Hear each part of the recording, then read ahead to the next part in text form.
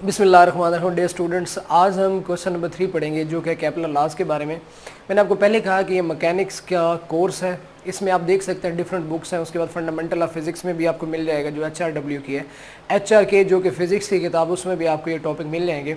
तो आज हमारा तीसरा क्वेश्चन है जो कि केपलर लॉज के बारे में। केपलर के 3 लॉज हैं, उसमें से जो पहला लॉ है आज हम उसको डिस्कस करेंगे। हमारे पास क्वेश्चन क्या है, Kepler law of area for planetary motion. हमने एक तो इसकी स्टेटमेंट को एक्सप्लेन करना है और दूसरा इसकी डेरिवेशन करनी है कि हमारे पास जो केपलर लॉ ऑफ एरिया है वो स्टेटमेंट के मुताबिक प्रूफ भी होता है या नहीं होता। तो सबसे पहले इसकी स्टेटमेंट देख लेते हैं।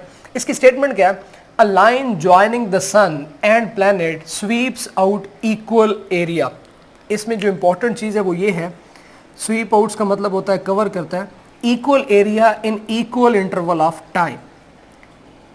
ये केपलर लॉ ऑफ एरिया की स्टेटमेंट है कि आपके पास, केपलर ने ये कहा कि एक लाइन जो ज्वाइन करती है सन को और प्लैनेट को, वो क्या करती है, इक्वल टाइम में इक्वल एरिया स्वीप आउट करती है यानी कवर करती है। अगर आप इस स्टेटमेंट को मैथमेटिकली लिखेंगे तो DA ये एरिया है जो प्रोपोर्शनल है DT के टाइम के। हमने ये चीज़ प्रूफ करनी है, ठीक है। तो सबसे पहले हम चलते हैं एक्सप्लेनेशन की तरफ। एक्सप्लेनेशन में क्या है, आपने क्या करना है, consider a planet of mass MP।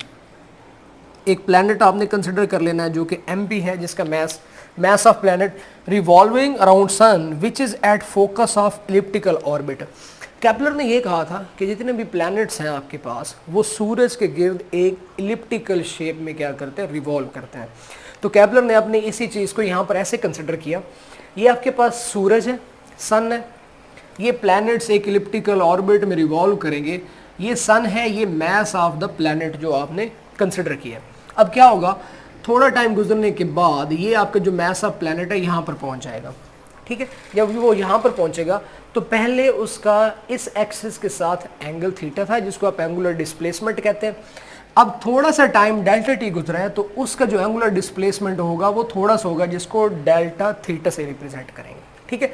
अब आपको पता है कि यहाँ से लेकर यहाँ तक जो डिस्टेंस है वो R के इक्वल है। ये एक फोकस है एलिप्टिकल शेप का, ये फोकस होता है, इसका दूसरा फोकस इस साइड पे होता है, ठीक है। ये मैस ऑफ प्लैनेट है।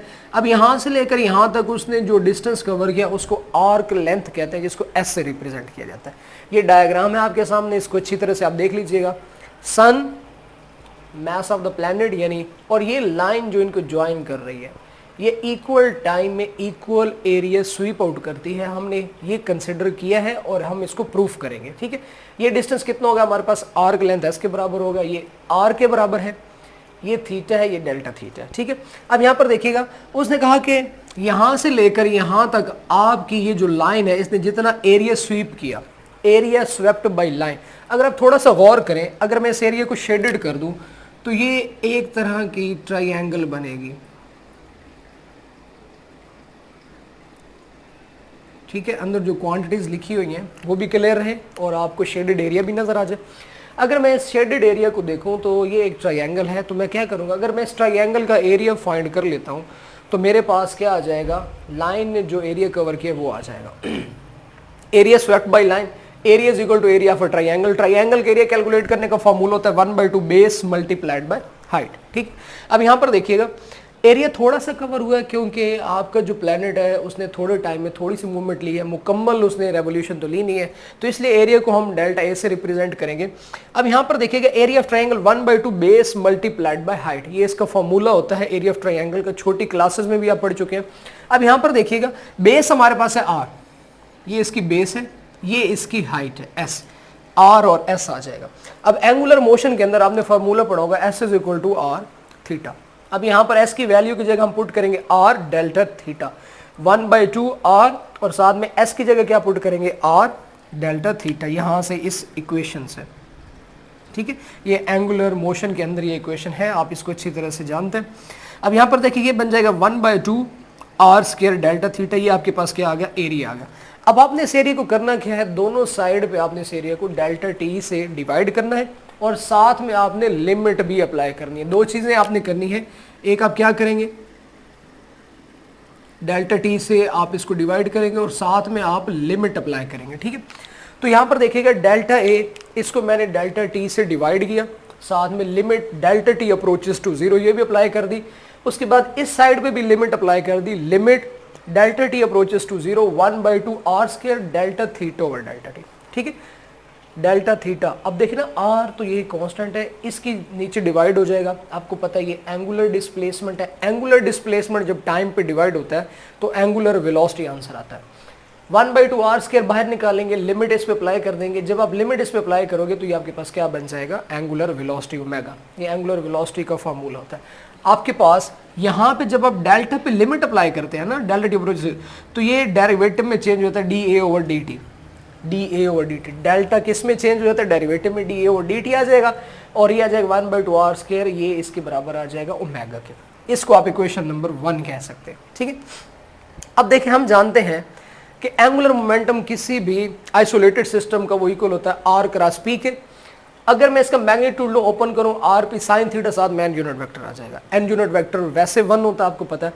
अब आर, ये जो थीटा होता है ना, ये वेलोसिटी और रेडियस के दरमियान में एंगल होता है। जब भी कोई बॉडी रिवॉल्व कर रहा होता है तो उसके रेडियस और वेलोसिटी के दरमियान एंगल हमेशा 90 होता है। तो यहाँ पे आप साइन 90 पुट करेंगे तो आपके पास आ जाएगा L is equal to R P sine 90, वो 1 हो जाएगा। P हमें पता है कि लीनियर मोमेंटम होता है जो किसके बराबर होता है, mv के। यहाँ पर हम जो प्लैनेट ले रहे हैं उसका मैस mp है, तो यहाँ पर आ जाएगा mpv। ये देखिएगा, ये जो मैंने पुट किया है ये P लीनियर मोमेंटम की वैल्यू है। ठीक है, mv, यहाँ पर मैस ऑफ प्लैनेट है तो ये आ गया। अब ये जो v होता है ना, ये होती है लीनियर वेलोसिटी, ये इक्वल होती है आर ओमेगा के। ठीक है जी, ये होता है लीनियर वेलोसिटी और एंगुलर वेलोसिटी के दरमियान में रिलेशन। अब मैंने यहां जो v था उसकी वैल्यू पुट की आर ओमेगा।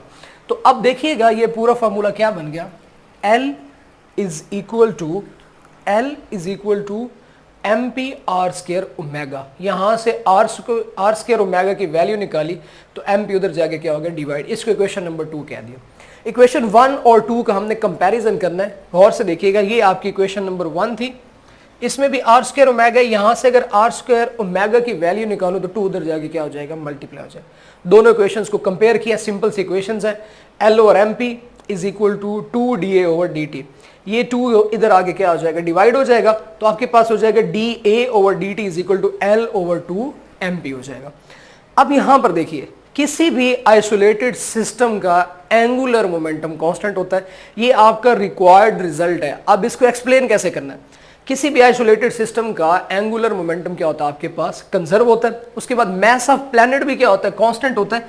आप उसको चेंज तो कर नहीं सकते कि मैस ऑफ प्लैनेट चेंज कर दें, दो चीजें कांस्टेंट हो गई। नीचे जो 2 है वो भी आपके पास क्या कांस्टेंट है। अब देखिए D A over D T is equal to constant, इसकी वैल्यू किसके बराबर आ जाएगी, कांस्टेंट के बराबर आ जाएगी। एंगुलर मोमेंटम भी कांस्टेंट है, 2 भी कांस्टेंट है, मास ऑफ द प्लैनेट भी कांस्टेंट है, ये सारी चीजें कांस्टेंट के बराबर आ गई। अब ये टी इधर जाके क्या हो जाएगा, मल्टीप्लाई। तो जो हमने स्टार्ट में स्टेटमेंट लिखी थी कि area is directly proportional to D T, तो यहां से जब आप कांस्टेंट के साथ ये मल्टीप्लाई करवाएंगे और कांस्टेंट को जब आप एलिमिनेट करेंगे तो प्रोपोर्शनल का साइन आ जाएगा, डी ए डायरेक्टली प्रोपोर्शनल आ जाएगा डी टी। इसका मतलब ये है कि आपका जो प्लैनेट और सन, उसको जो लाइन ज्वाइन कर रही है ना, जो उसको मिला रही है, वो क्या करती है, इक्वल टाइम में इक्वल एरिया स्वीप आउट करती है, यानी कवर करती है। ये आपके पास केपलर का पहला लॉ था, जिसको केपलर लॉ ऑफ एरिया भी कहते हैं हम।